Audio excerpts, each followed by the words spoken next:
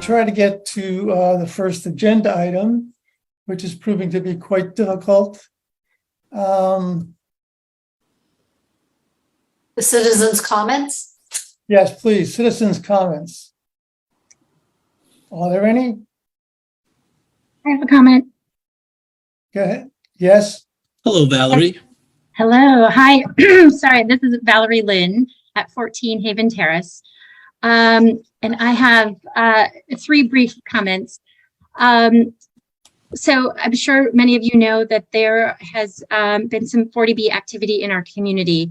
And I just want to encourage the Board of Selectmen and our community to submit a letter to the state asking for certification of our housing production plan goals so that we might be able to have a temporary safe harbor status that could potentially get us a few months of the Zoning Board of Appeals ability to kind of slow down some of the 40B processes that might be happening in our community. There's one that's in front of the Zoning Board of Appeals right now that is on Trout Brook, which is 4 single-family homes, and that is in process for the comprehensive permit.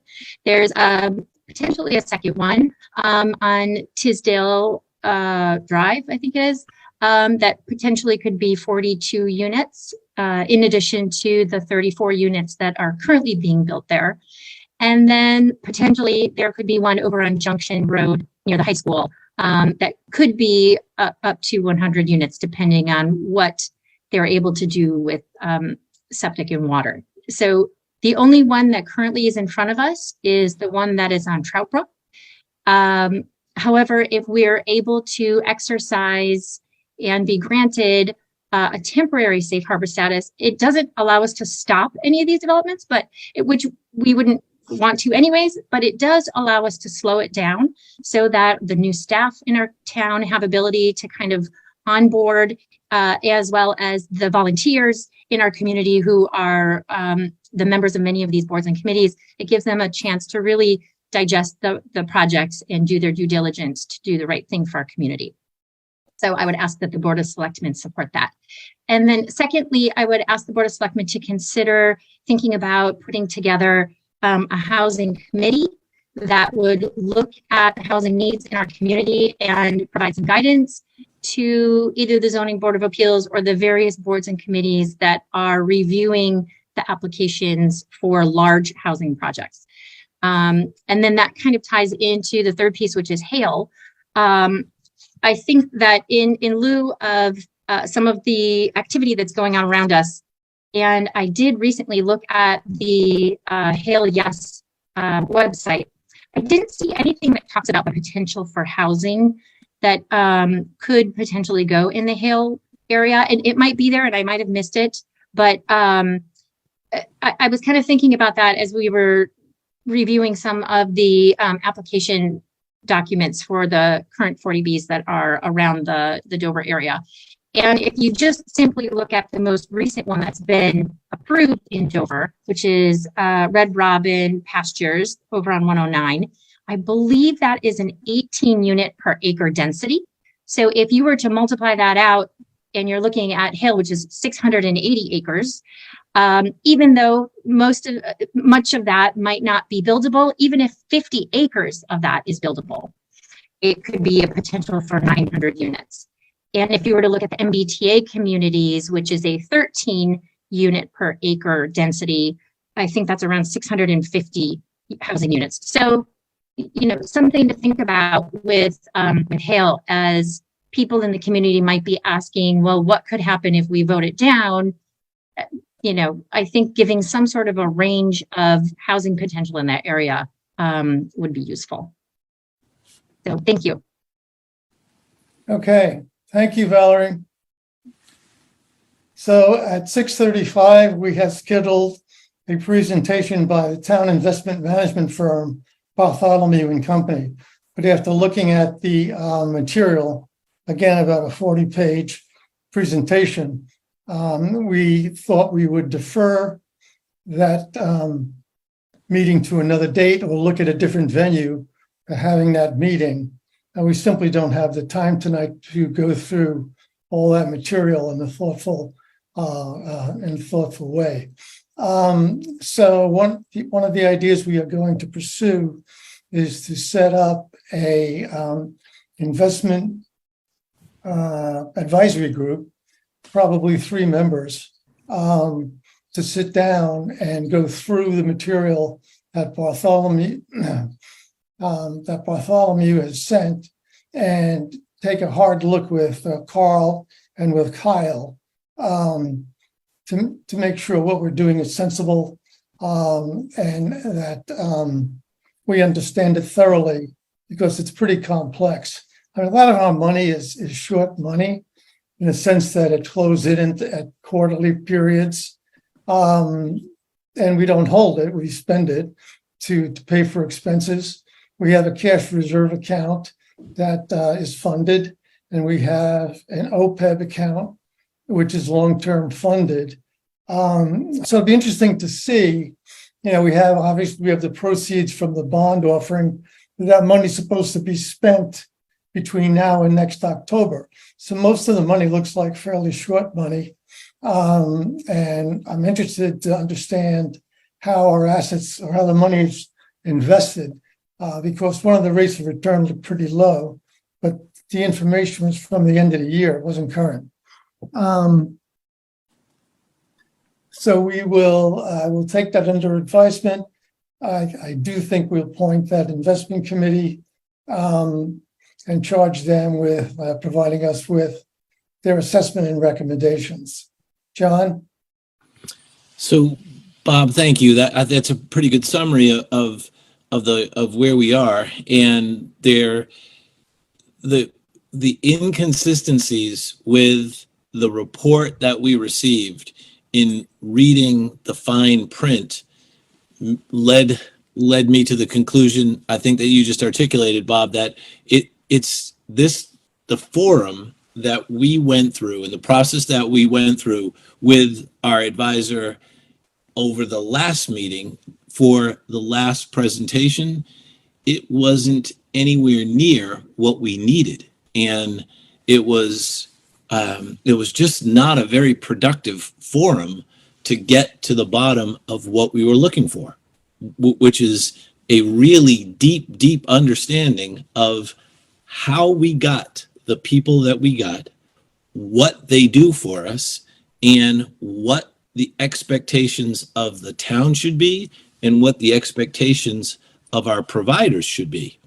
I think we are way off the page in terms of understanding what these people do for us, how they get paid, what the expectation of what they do for us is. And I really want much deeper understanding and much deeper clarification. You could ask the working group to answer those questions for you. Yeah, the example that I gave, we discussed last week and we discussed this week, is based on the information, we got 54 pages of presentation of last meeting's speaker. We had 7 minutes of actual interaction and conversation after their presentation. I asked 3 of the 18 questions I'd prepared, and we literally had no time. Yep. So it just argues to do what we're doing. Appreciate that.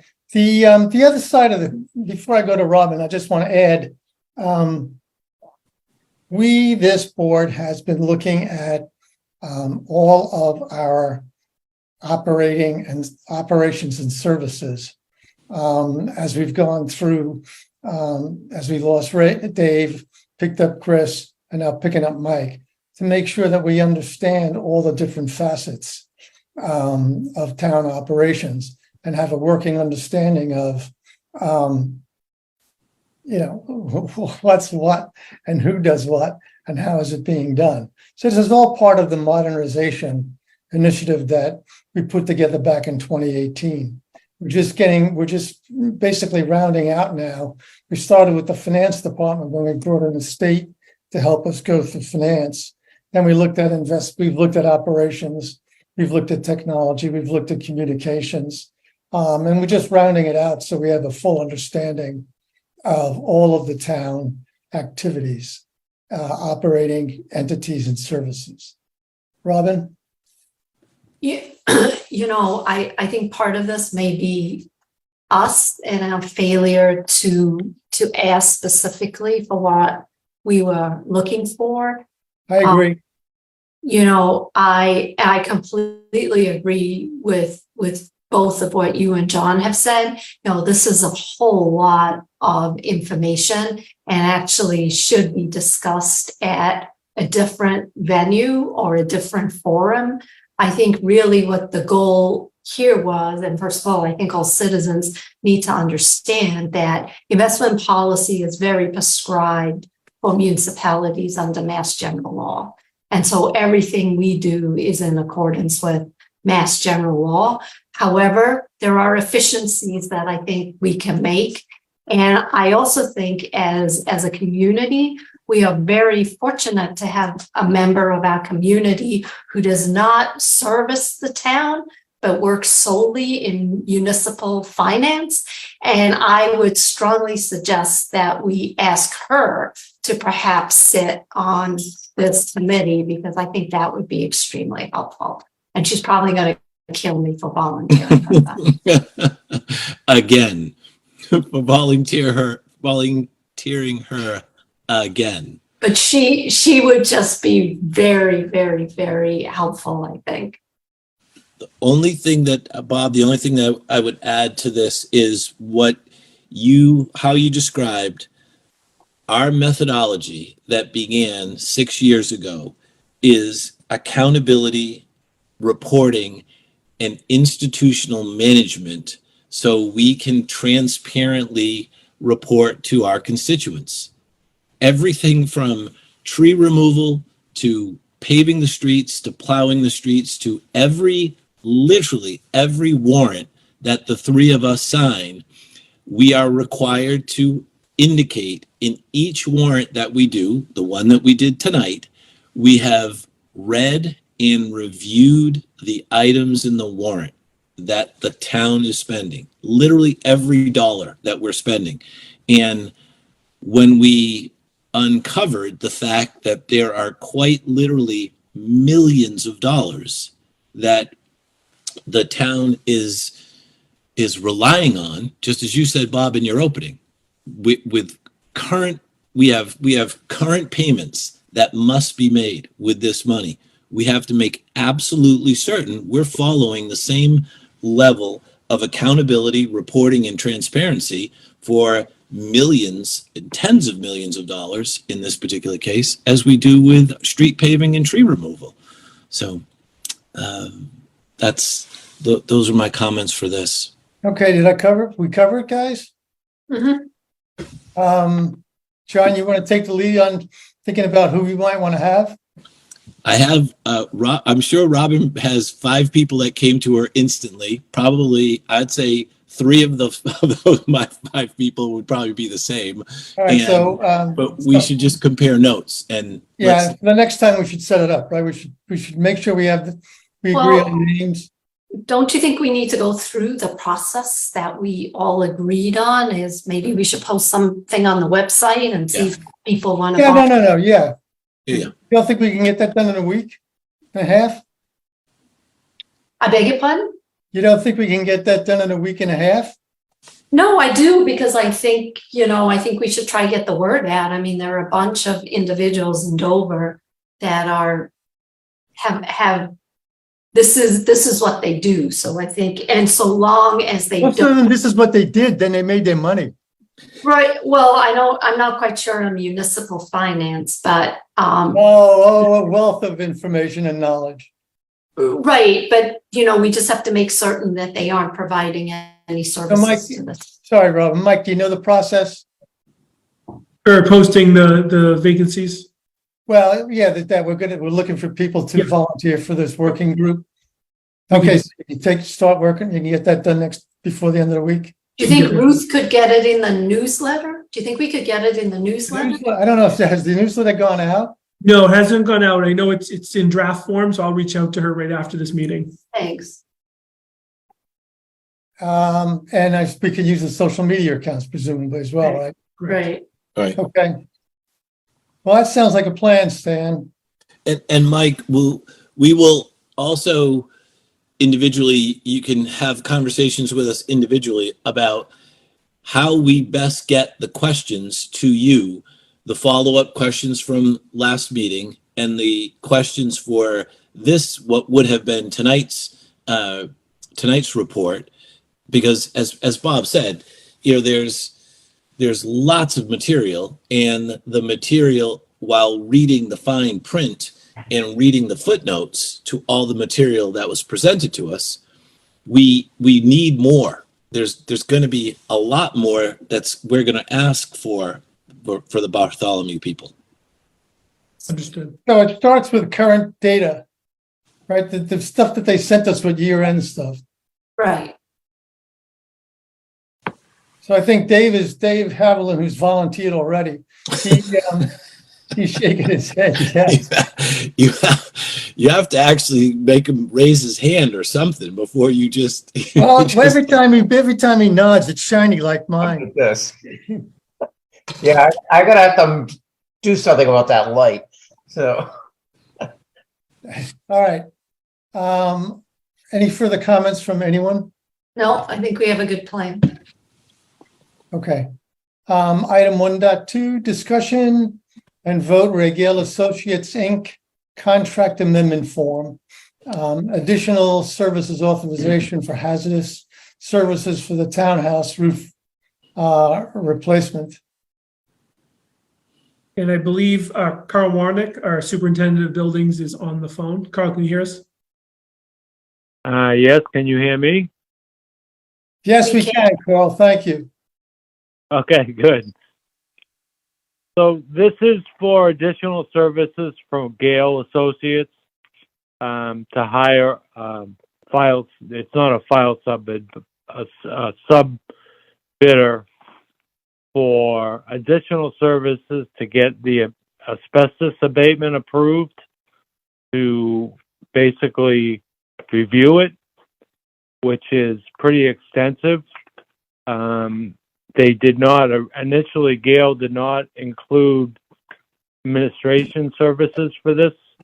They hired their own, I'm going to say, subcontractor to do it because they're not asbestos abatement lawyers, I should say. But it's basically just to go over what the submittal is from the subcontractor to do the abatement of the job for the roof project. It's basically the bottom line. So this doesn't affect the boilers, Carl? Excuse me? This doesn't affect, so at the update meeting from the building committee, I guess a week ago, they were talking about needing $250,000 to finish the abatement. Correct. And I didn't know Yeah. if that was in addition to the 188 that they originally spec'd, or it was 70,000 more. Do you know?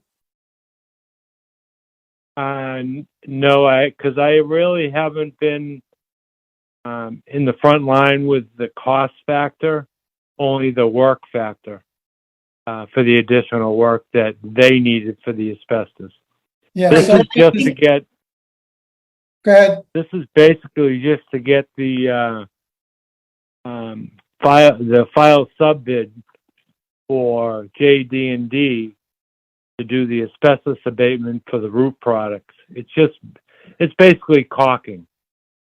Yeah, it just reminded me of the meeting at the building committee meeting. Yep. So Mike, can you decide can you find it? Because they were talking about taking $250,000 out of contingency. And my comment was, well, if they hired somebody for $188,000 and they didn't do a thorough job, we got to pay them another $250,000. I'd like to know why. Yes. Okay. I'll Even do, if it's only $70,000, I'd like to know why. Yeah, so this one is for the townhouse roof. not Yep. the- Yep, Yeah. this is a separate one, Robin. Yes. Right, right. Yes. Okay. Any questions, From Sean? Gale Associates.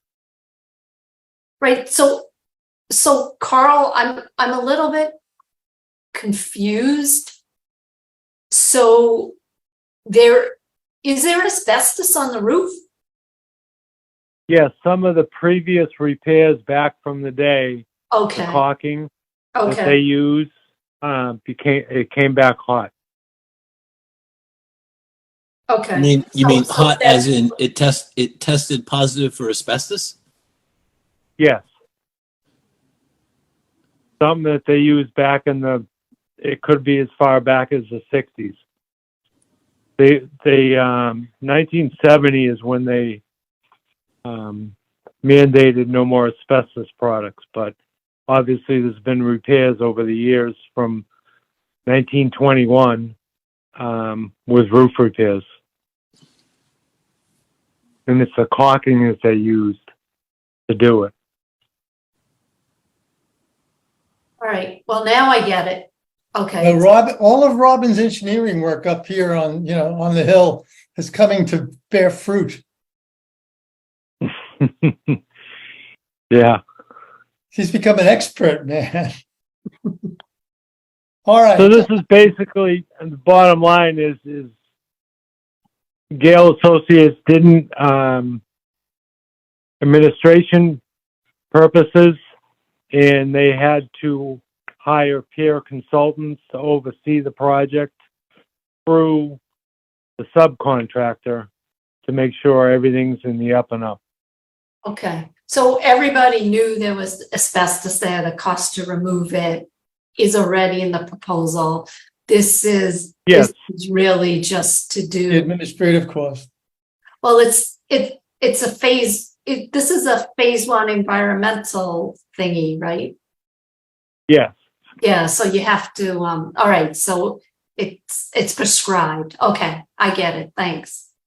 I move to approve It's added to because the state requires you to have Right, consultant to oversee the subcontractor.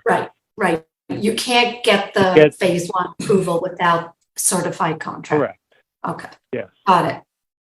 I move to approve the Gale Associates Inc. contract amendment form, additional services authorization in the amount of $8,500, and to authorize the town administrator to sign documents related to the contract amendment.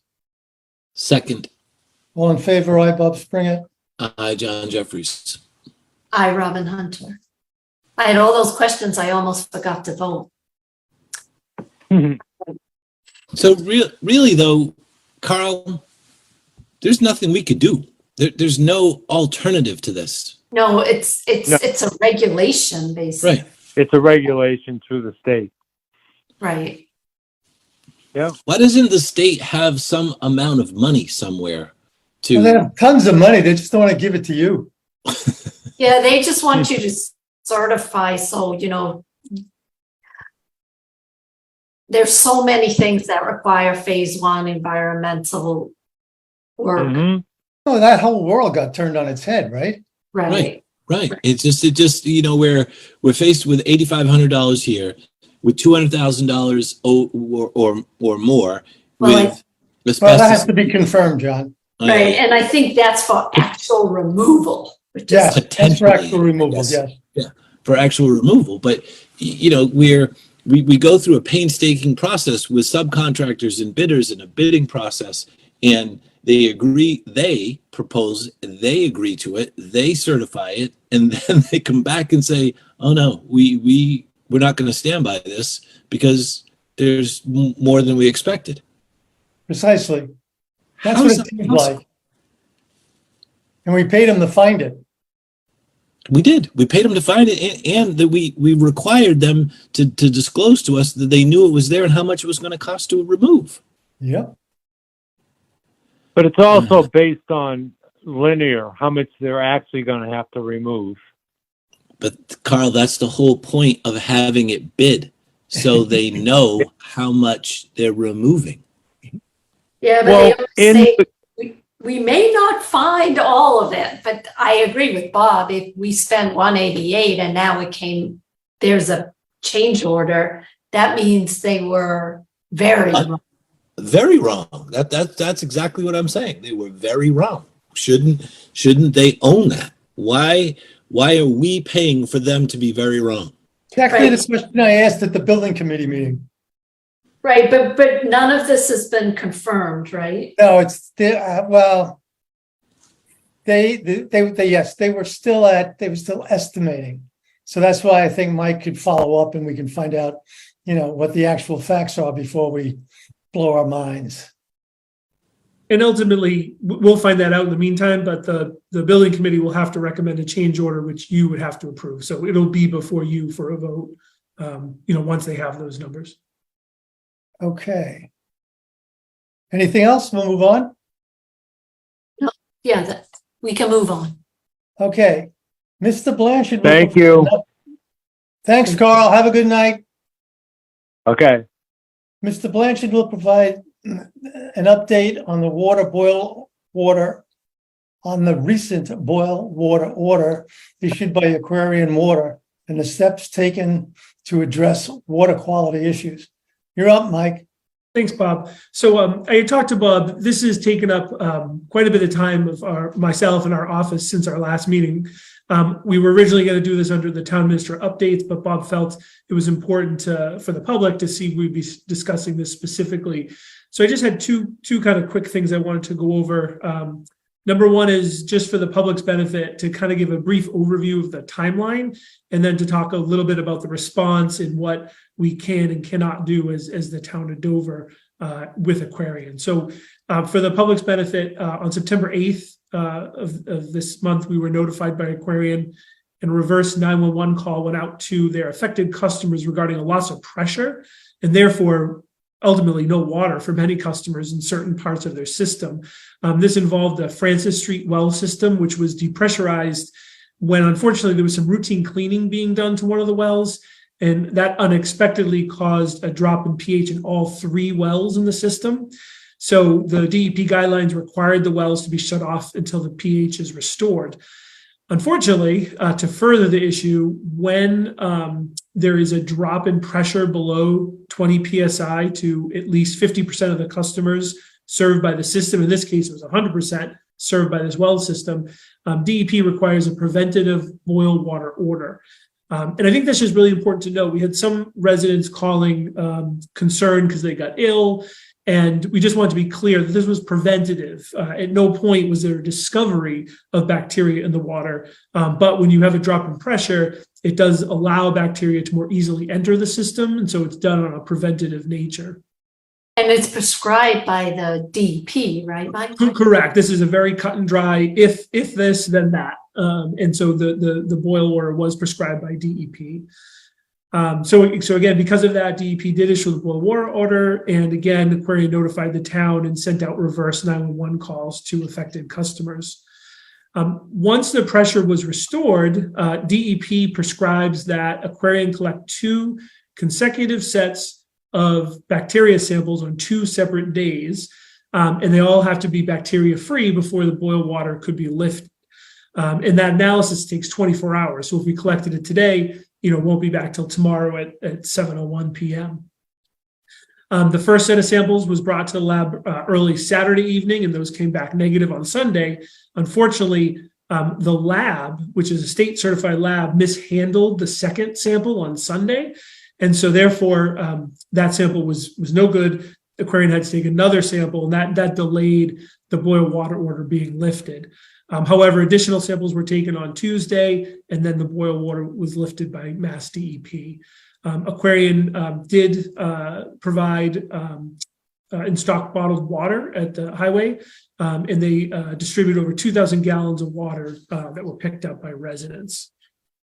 So I think the second piece is just to fully acknowledge how upsetting the situation was. Having no water and then having to boil the water is certainly very frustrating. We had, as I mentioned, a large number of residents reached out to the selectmen, to me directly via phone and email, and we found there was a lot of confusion over how water is provided in Dover. So I just thought it was important here, and we'll have some more information in the newsletter that Robin worked on. But Aquarian is a private utility company, and Dover does not have any regulatory oversight of their operation. The regulatory oversight falls under Mass DEP, and the Department of Public Utilities. The best example I've given residents is our relationship with Aquarian is very similar to that of Eversource for electricity. Dover residents are individual customers of a private utility company. We're not involved in the regulation of electricity. We're simply customers. But it's important to point out that despite that we don't have regulatory oversight, Aquarian works very closely with us. They were in constant contact throughout the weekend with the town as they worked to get the system back online. We also tried to share their information on our town website and social media, in addition to them putting it out to the affected customers via email and reverse 911 calls.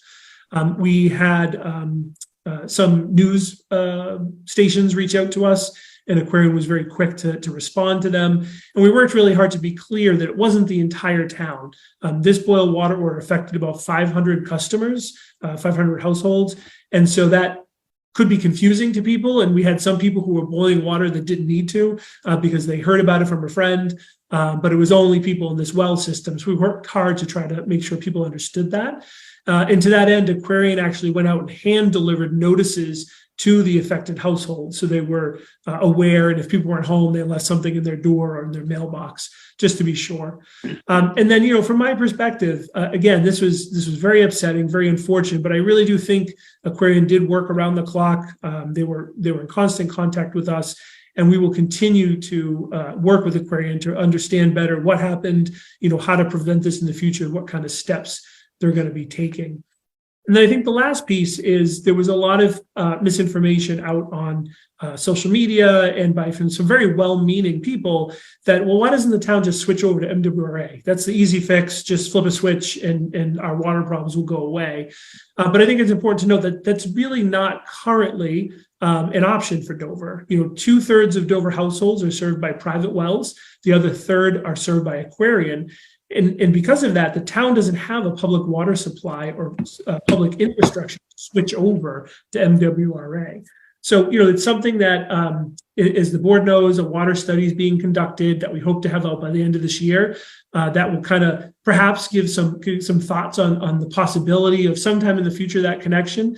But we're talking, I can't even put a number on hundreds of millions of dollars to put in the infrastructure to make that connection to MWRA. So it's not a quick and easy fix. So I just think it was important for the public to understand that. And then I'd be happy to answer any questions or if the board had any comments about the boil water board. John? The only thing I would add to that whole conversation, thank you, Mike, very well done, is there was no water yesterday for lots of the people in the homeowners on Aquarian in this part of Dover, in the village area.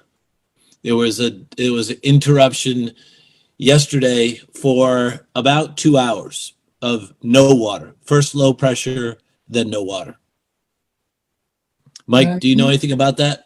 So last night, we were made aware that there was a water main break, but my understanding it affected only 3 households. Well, I can tell you that I know of at least 7 that were affected. So okay, yeah, there was a small water main break that was fixed last night. Carl, Can I add to that? yes. So to isolate where the water main was on the town system, we had to isolate areas. And John, yours was one of them. And it was probably an hour tops. Yeah. And then I got the call at 5 o'clock. I was there by 6. And we isolated it by 6:30. The crews were on. My phone calls were made. And we were up and running. There was 4 customers total off of Spring Lane. But in order to isolate it, we isolated from the tracks, that's to the west of the tracks. And that's why you lost water pressure. The wrong side of the tracks. That's Once the again, story of your life, John. John. that's exactly right. You- Never changes. Pat Murphy's Law. You On the- picked to live on that side of the tracks. You know what that means. I'm I on the don't have to wrong explain. side of the tracks. Wrong side. So, Robin, do you have anything you'd like to add? But, Robin? No, I think Mike's summary was great. I think, again, Aquarian has proven to be a good partner. They worked around the clock. It's very unfortunate that this happened. And hopefully they'll figure out how to make sure it doesn't happen again. Because, clearly something went wrong while they were doing some routine maintenance. Yeah. I have one or two things. The Aquarian has a very good website. And on that website, they're reporting all of these instances, except for the water main break last night. And what they're doing about it, they have a very nice map. They talk you through all of the connections. And so it really is a fine way of trying to understand what is in essence a pretty complex and old system. So I would encourage people who have questions about what Aquarian is doing and their reliability and their responsiveness, please check their website. And Mike, I would ask them to put the latest info. I'm not sure it's an Aquarian issue. Right, it's the town of Dover. Dover, yeah. So I think that's important. Number two, I've heard from some residents that they think we should go to the DEP or whoever is the regulatory authority and ask for a rate reduction. I pointed out that Aquarian is spending one heck of a lot of money on infrastructure, and they're doing that so that the system is literally brought up to date because the maintenance simply wasn't done in the past. And if they don't have the money to make the repairs, this system is going to continue ad nauseum. Third, my guess is, and this is a Bob guess, at a certain point of time when the work is done, they will be going to the DEP or whoever their regulator is and try to recoup some of the investment that they've made to improve the system. I think that's what water companies tend to do. And if that's the case, and they go behind the regulators, then the town will have every opportunity to state their case about service level failures and service level performance and water quality. So I wouldn't advocate cutting off your nose to spite your face in this matter.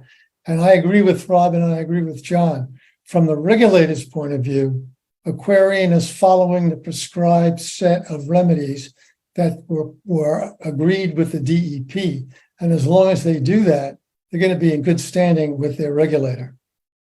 So I really think it's time for a lot of people to take a little time and start to understand what we're dealing with and stop thinking that the board has some regulatory authority over a public utility, because we do not. That's it for me. Right. I think, Bob, just so that people don't get confused by your comments, the town of Dover is a customer like everybody else. So if the DPU, which is the Department of Public Utilities, that's the department that oversees rate increases, the town of Dover has the same power, so to speak, as all the residents and other customers. And in the past, there have been rate increases with Colonial, and there have been hearings, and customers have gotten together and worked with the DPU and the water company on the rate increases. So, we can't, as a town, we really don't have the authorization to negotiate on our own, so to speak. We're simply a customer like the other homes in Dover that get their water from Aquarian. The other thing, just quickly, on their website, they also have all the upgrades, which is kind of Yes. and the weeks that they're going to go online. So Yeah, they have are a timeline in there. Yes. So it's pretty informative. It's very, pretty very, clear. very informative. Okay. Anything else, John? Mike? No. Board committee commission appointments, item 1.4. The chairs of the town's boards, committees, and commissions have requested that the Board of Selectmen appoint or reappoint individuals to their boards, committees, commissions. Additionally, staff members whose terms have expired will be appointed or reappointed to their respective positions. I move to appoint Town Planner Jasmine Farinacci as Dover's representative to the Metropolitan Area Planning Committee. I move to appoint Richard Nagy to the Open Space Committee to fill the unexpired term of Valerie Lynn, which ends on June 30th, 2024. Second. All in favor, aye, Bob Springett. Aye, John Jeffries. Aye, Robin. Robin Hunter, yes. And thank both Richard and I don't know if Jasmine knew that she would be stepping into this role when she took the job, but thank you for doing it. Very excited. Thank you. Okay, Jasmine, how has your first month gone so far? It's been spectacular. We hit the ground running. There's a lot of initiatives on the table. We're very eager to work together to get through some of the planning board initiatives, get some things on for the next town meeting and for also the May 25 town meeting. It's been a great month so far. Everybody's been so kind and so helpful. It's been a great welcome. that's really great to hear. Thank you. And I'll just note the feedback about Jasmine has just been incredibly positive. So it's she's been a great addition. Thank you. Okay. Item 1.5, Board of Selectmen items. Board members will provide updates on various items, projects, and initiatives. Mr. Jeffries. Items, projects, and initiatives. The police search. We are meeting on Thursday evening. The committee is meeting on Thursday evening. It is our seventh meeting as a committee, and we are at 5 candidates. So where the 5 candidates that are remaining are going through a law and I was about to say law and order assessment, but it's I just threw that out there, Robin, to see how fast you would jump on it, right? It's so funny that you said that because that's exactly what went through my mind. Yeah. God, we've clearly been working together for way too long. But Right. so it's an assessment center, which is conducted by Russ Stevens and other police chiefs. So simply what happens, it's you're given a certain number of facts in a scenario, and the chiefs are graded based upon their response, their tactics, and their strategies to solve whatever the issue is that is put in front of them. So that part, the committee is not an interactive part of that assessment, but we will get to view that assessment. So we'll get to see it as it was happening via Zoom and a video, and we'll be able to then give our feedback to what we think. And while there are members of the committee who have a lot of law enforcement experience, this is part of the process that we're relying on our consultants, Russ Stevens and his team of people, for guidance on. And then based upon those assessments, our view of it, then we meet the candidates one-on-one. So we'll be able to ask questions of what their methodology was, what their thinking was, how we, the non-professionals, interpret it, because as we've discussed from the very, very beginning, the primary goal of this committee is to identify the candidate which is the right fit for the town of Dover, the environment of the town of Dover, and all the things that are unique to the town of Dover. So that's where we are with the search update. John, when do you think you'll wrap this up? So Bob, our intent is to have 3 finalists next week, and then to have the interviews on a as we've done with other committees where we bring, and Michael, I know you probably, this just for you, this seems like this was just yesterday, where we do exactly what we did with Michael and with his process. Okay. It does seem, Mike, it seems so long ago, but it wasn't that long ago. Depending on the day, sometimes it seems like a year ago, sometimes it seems like yesterday. Right. There's been a lot of water under the bridge, man. Most of it's been rain, but there's been a lot of stuff. Mike, with regards to the chief search, is there anything that you would like to add from your perspective? Just to add that it's really, so I'm not on the committee, but I do sit on the meetings, and it's really just been a great group.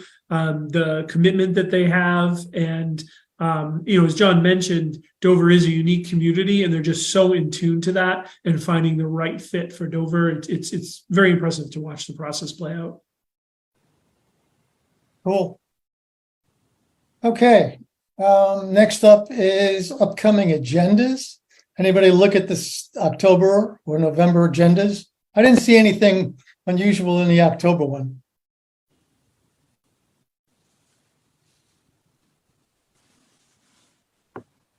It starts to look a little bit more like business as usual. You know what would be helpful to me is maybe if we could just point us to where that new system for increases that the personnel board put in place last year is, so that I can refresh myself on the process for the next meeting. That would be great. That's a great idea, Robin. Right. Also, Mike, looking forward into the November with the annual review of the liquor licenses, will that be impacted by the changes in the liquor license for the liquor store / Dover Market? So I actually know that they've been in recently. Mona's been working with them. So the answer is yes, but they've been in communication with us, and we've been in communication with the state to make sure that gets the proper approval process. Should that be moved up, or do we just let that process play out? That's a great question. I will find out. Thank you. Absolutely. So, Robin, what is the question specifically about the redo of the matrix? I just don't remember how it works, so I just wanted to refresh my memory. Because, before it was looking at all kinds of things, so I just wanted to refresh my memory. That's it. It went from the chutes and ladders to Right, a lot to a of very other prescribed process. right. And I remember it being really easy last year, but I just don't remember the process. I only remember that there were very few adjustments we had to make. Right, because we did that full market assessment, and then they came up with a very prescribed way of determining increases. So years of service, roles and responsibilities. I don't remember. That's why I asked. I do not remember. The only thing I remember is it was a new system. Other than that, I can't remember what it is. So yeah. And I voted in favor of it. So I thought it was good. Yes. Right. Yeah. But you needed a PhD in economics and planning to go through the Hay system and understand it was like the periodic table of employment. You, with this many years, move to that level. If this happens, move to the next. It should have been a game board. maybe that's why I forgot. I don't remember anything about it. It was about 50 pages, wasn't it? Yeah, it literally looked like the period. It looked like the periodic table. It was a system of chutes and ladders and move from the left to the right. Emulating the teachers. Yeah, So anyway, Kate did a heck of a job on that one. Right. So Mike asked me to review our goals and priorities to make sure that people in town know what's going on. So I'm going to do that pretty briefly. From a Board of Selectmen point of view, one of our major objectives was to define the role of the Board of Selectmen, which we have completed. We've done a final draft and we've syndicated it to other boards and committees for comment. So that's pretty done. We are, well. Well, we will get back comments, I'm sure, you know. Yeah, do we have, Mike, what's the date for? It's in October, so I think you'll review it at your second October meeting. Okay. Yeah, and I think we encourage people to provide us with comments because. Right. I, as your representative to the Warren Committee role, continue to work with the Warren Committee and with our town administrators to help them take a look at how they go about their work. And so it's a question of timeline. It's a question of the material that they use to inform. It's a question of their outreach efforts. And then ultimately their role and responsibility. And that may be the biggest nut because there are all sorts of really old policies at state and bylaw level that simply don't fit the 21st century. So I'm not quite sure where we'll go there, but that's a work in progress. The next meeting is tomorrow night. On the technology side, nothing much is going on. We don't have the horses. We do, I think Mike has reached out to, on the website. We think we have the horses to start to do the work there. We're supposed to have a meeting with the website developers. We got some bad news when we were interviewing ATA candidates that Civic Plus really hasn't moved very much in the past 3 to 5 years. And we may have to look for a different provider if we want a more up-to-date website. That's TBD. We have an ongoing review of Treasury operations to make sure that 2 things happen, that Kyle is onboarded successfully, and that we understand both the operating environment as well as the investment environment. Probably more for that as we roll through the year. We talked about a bylaw change, but didn't make it a priority, so that we have a standing issue here about not having town employees report to volunteer boards and committees. And then at some point, we're probably going to have to take a look at the charter. Under staffing, Mike, you want to say anything? Progress continues. What's that? Progress continues with Yes, progress continues. Yep. Yeah, so we interviewed 2 candidates. It was unanimous choice, one of them, and Mike has been negotiating to get the fish into the boat. That's exciting, Mike. It is very exciting. We also have hired a regional health nurse and a planning director. So some of the gaps are beginning to be filled. Mike and I talked about 2 things.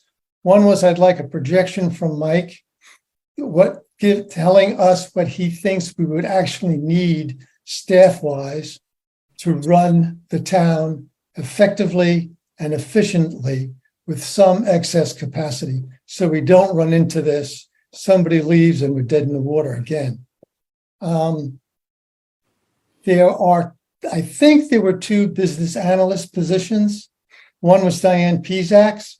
We really should hire that for the website. The other is the fellow who's been working as a special projects. I don't know if it's an intern or not. We might want to look at that, and we still need a municipal project manager.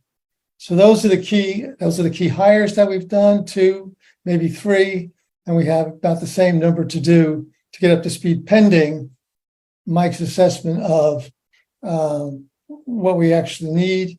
Then we have the Dover Community Center, and we have Hale Reservation coming up. We have the water sustainability work that needs to be completed. townhouse renovations that need to be repeated.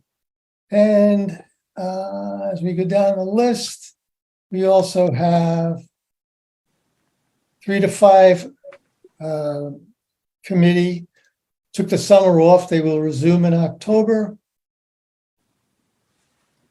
And I think that's pretty much where we are with our goals for this current year and where we stand status-wise.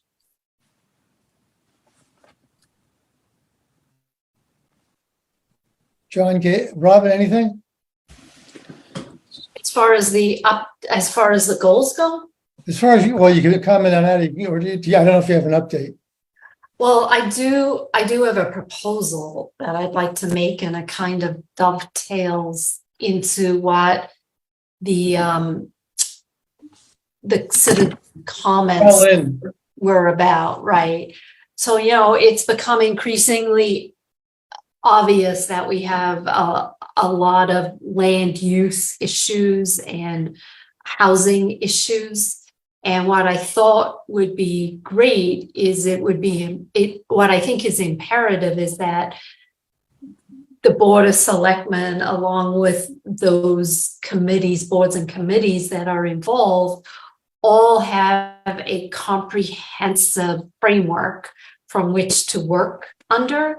So what I wanted to do was pull together, for the time being, I call it a task force that I am volunteering to be a head of, and working closely with the planning board, with Concom, with the Board of Appeals, just to put together a comprehensive plan on how to deal with the issues that we're facing, to make sure that all of us are on the same page when it comes to the town of Dover and development. I think we all know that development is inevitable.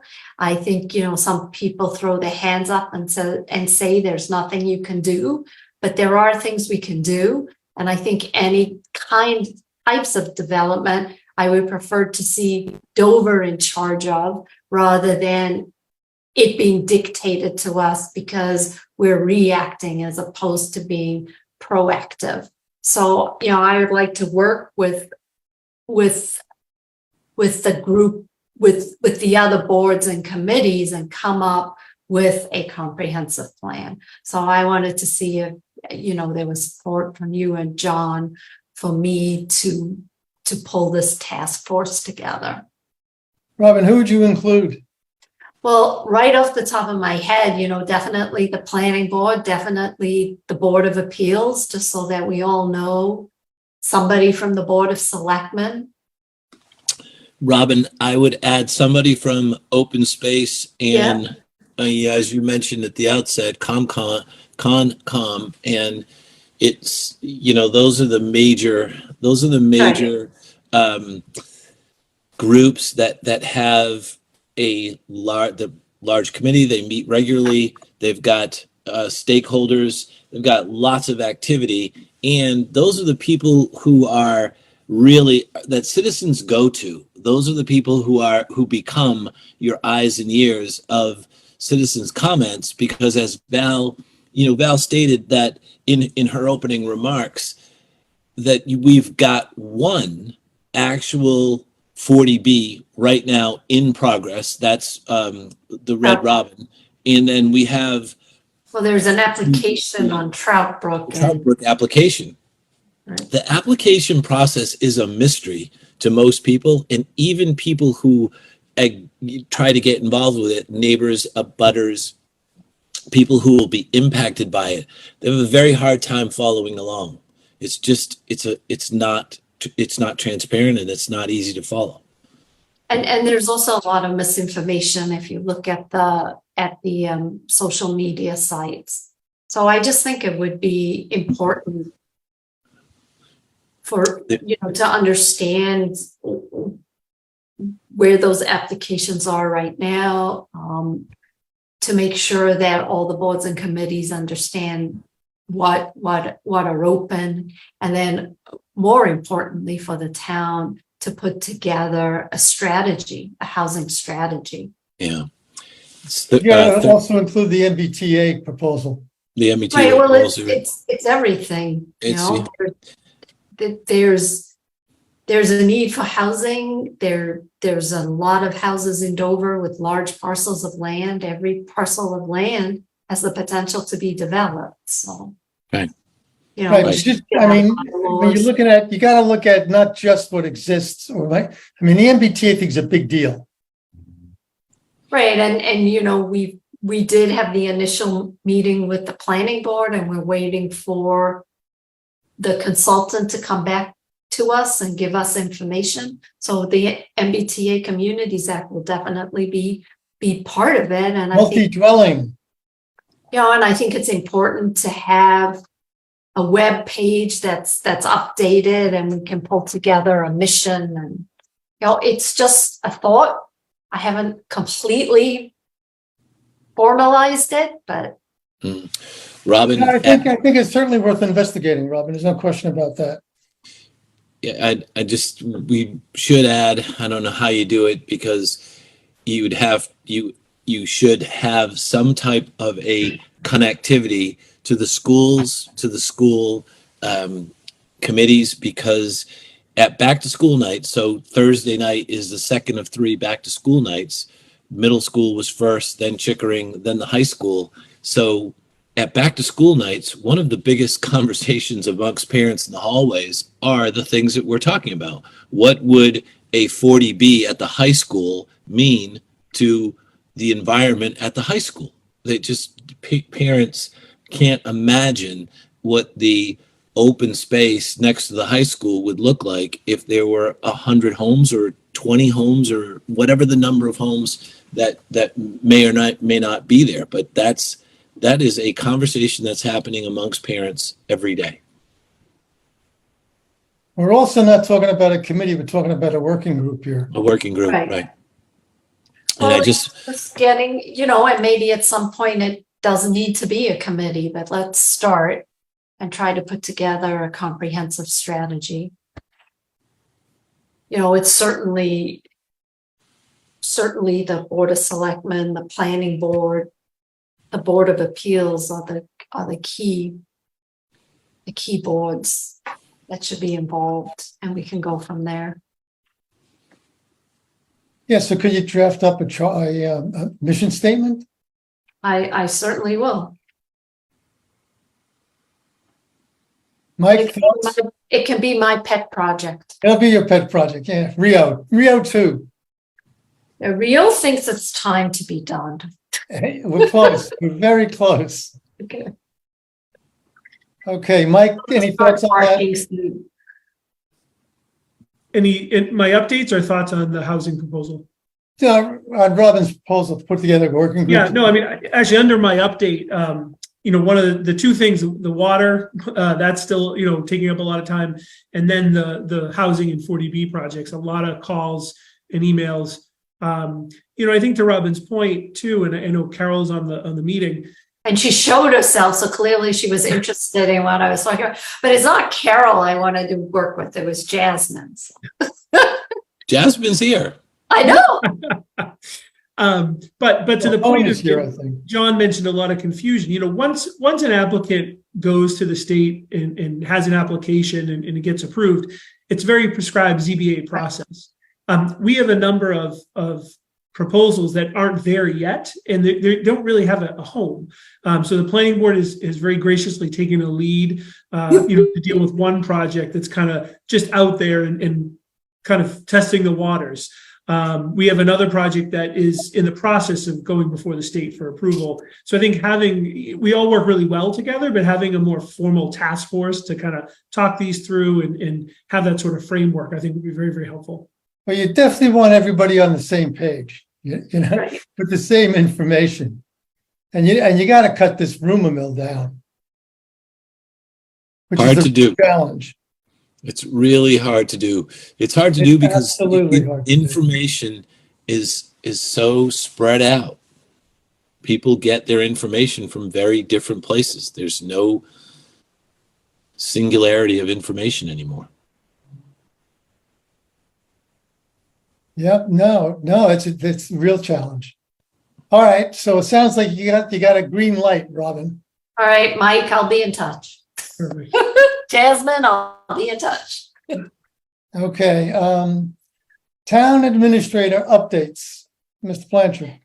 As I said, we were going to talk about water and 40Bs, but we've taken care of that. It's really nice. I think that residents now know I'm here, and so having a lot more resident meetings, and the truth is a lot of it is complaint based, right? That's why people want to talk to me, but it is nice to have people reach out, come in. Everyone's been very respectful, and I think we've worked through most of the problems. Not necessarily everyone leaves happy, but they've certainly, I hope, left feeling heard. And that's really important to me. I got really good reports from your COA meet and greet. So I was just going to talk. I was going to thank Janet Claypool and the COA. I was at a talk with the town series, I think it's called. Had some coffee here this morning. Had about, I think, 20 residents, and talk through some of what we're talking about tonight. Much of what we're talking about tonight. Had opportunity for people to ask some questions, and it was really very positive and I think well received. As John mentioned, the police chief search. At your last meeting, you voted to appoint the acting chief, and he has officially taken over, and that's going very well. And we appreciate Chief Wilcox, acting Chief Wilcox, for his service during this transition time. Bob kind of stole my thunder, but the ATA piece is moving forward quickly, and really excited about that.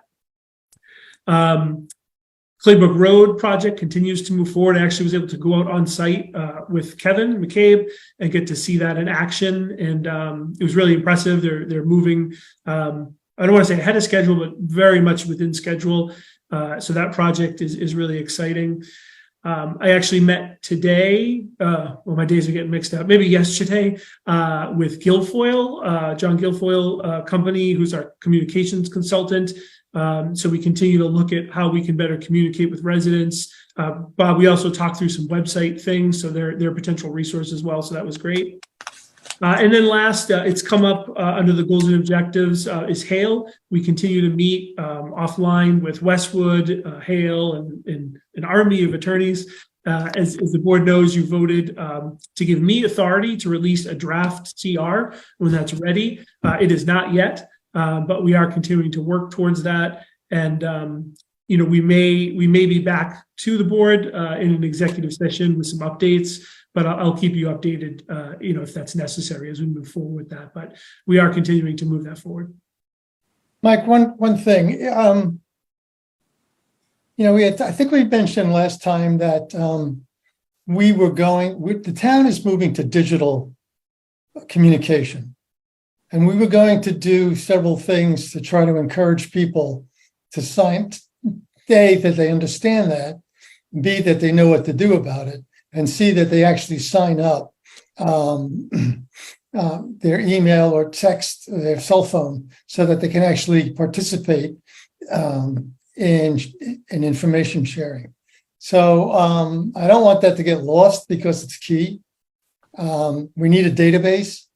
We need a campaign, and without that, all the rest of the stuff doesn't work.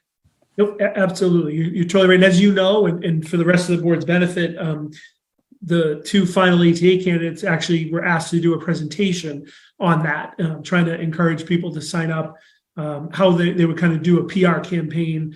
And the candidate that was the choice of the panel did a really excellent job. So I think, to Bob's point, once they're on board, that'll be very much one of their first tasks is to implement that campaign. So I agree, Bob.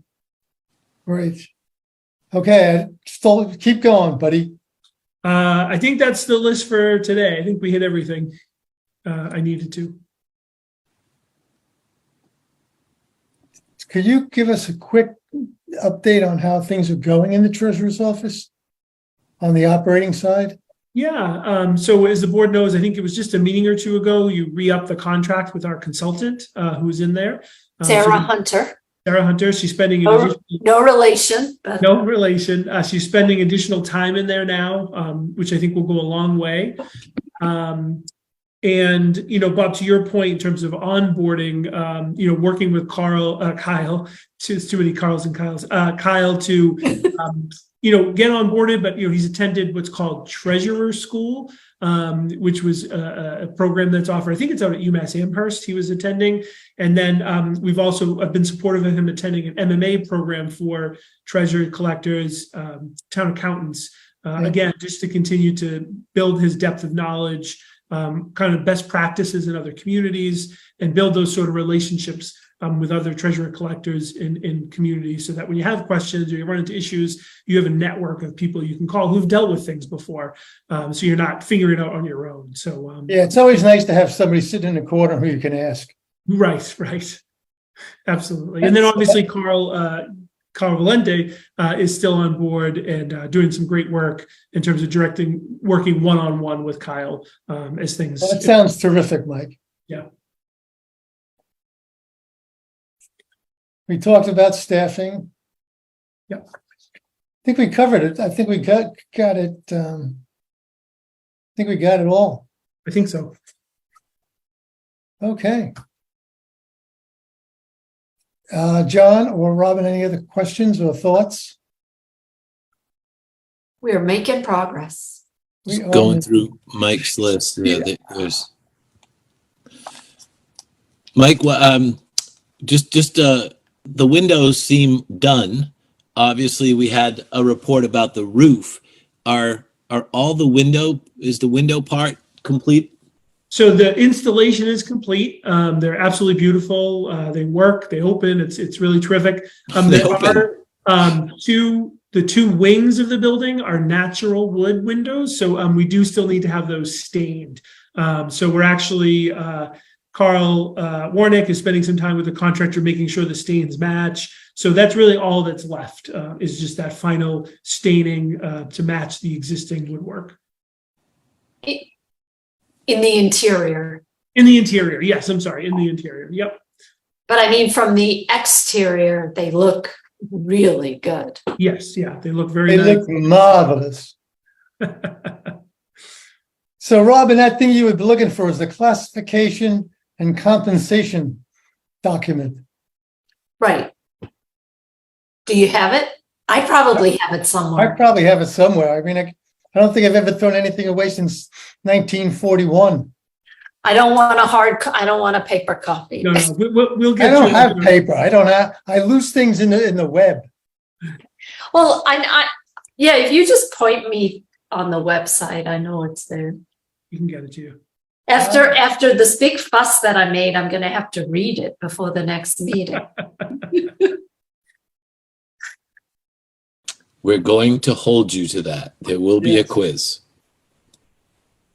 Thank you. And I have an end of when I meet with the town administrator, I have loose ends, which are things that sort of just hang around. How are we with the sort of power line going between the buildings? The fiber project, yeah. So I don't have an update within the last couple of weeks, but we were waiting for delivery of the material. Yeah, we've been waiting for like 3 years. Not quite that long, but it seems like it. But yes, no, that is expected to move forward and be done by the end of this calendar year. Okay. Any other loose ends? Not off the top of my head. Okay. Then are you wrapped up? Yep, we can move on. Yep. Okay, let's go to the consent agenda. Designate town administrator to authorize access to Mass Energy Insight energy use data. Approve 2023 one-day special liquor licenses for October 2, 7, 7, 8, 14, 15, 21, 22, 22, 28, 29, and December 8th. Don't you Mona, love we're the going to have a planners? lot to sign. Right. Don't you love the planners? The ones that have the liquor license for December 8th? Gee whiz. I love Locking those in the planners. dates. I think I need a second. Second, All in favor, I, Bob Sprant. I, John Jeffries. I, Robin Hunter. I will point out that adjournment is 7:55 and it's 7:47. Wow. Of course, we didn't do the investment piece. Yeah, I exactly. can't take credit. We would have been way over. We would have been here till tomorrow. All right, how about I have a motion to adjourn? So moved, and well, I guess if you're making the motion, I'm seconding it. Second. Okay, all in favor, right, Bob Springett? Aye, John Jeffries. Oops, Robin Hunter. I was having so much fun. I didn't want to leave. Maureen Callahan, thank you for attending our meeting. I hope you found it entertaining and interesting. Most importantly, interesting. Yes, most important, interesting. Mike, thank you. Thank you very Thanks, much. Mike. Our new planner, thank you. Jasmine, is that right? Yes, Right. Jasmine. Yes, Okay, thank you. folks. Have a great evening. Hopefully you have a nice dinner waiting for you. Thank you all very much. Thanks. Thanks, everyone. We're out of here. Good night. Good night.